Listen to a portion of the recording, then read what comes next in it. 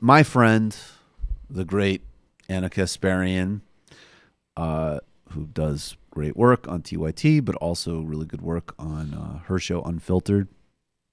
I really appreciate that she did this because, look, first of all, it gives us an opportunity to make fun of Meghan McCain. And Meghan McCain is trash, and Meghan McCain is the walking embodiment of the need to eliminate all inherited wealth. Maybe if Meghan McCain had to do like an honest day's labor and didn't have like the easiest life imaginable handed to her because of her father, maybe she might be a halfway decent paid up member of the human race. We don't even know what Meghan McCain could have been if she wasn't the ultimate trust fund baby case.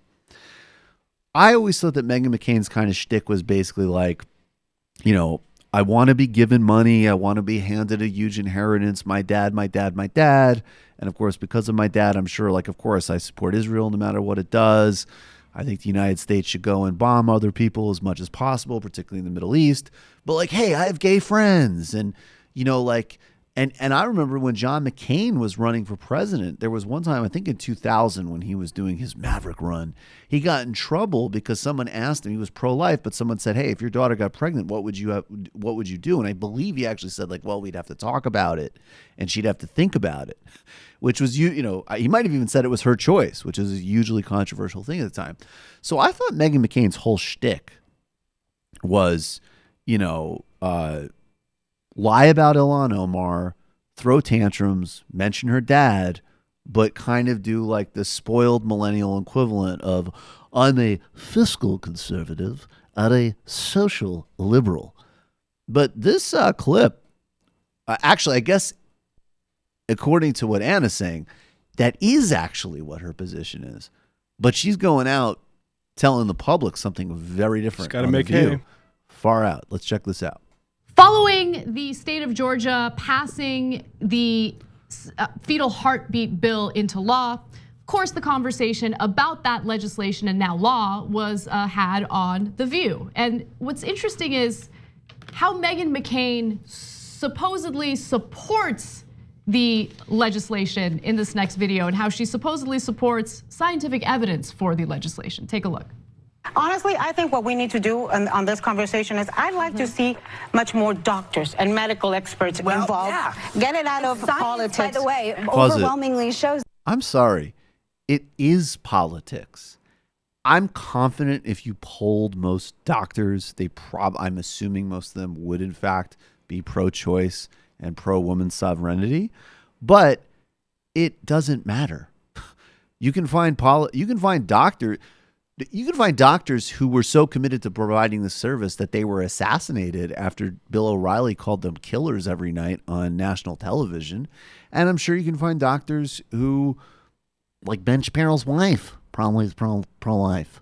It doesn't matter. It ultimately is, in fact, a political decision. And the political decision is that women have this choice and this capacity to govern themselves. Period.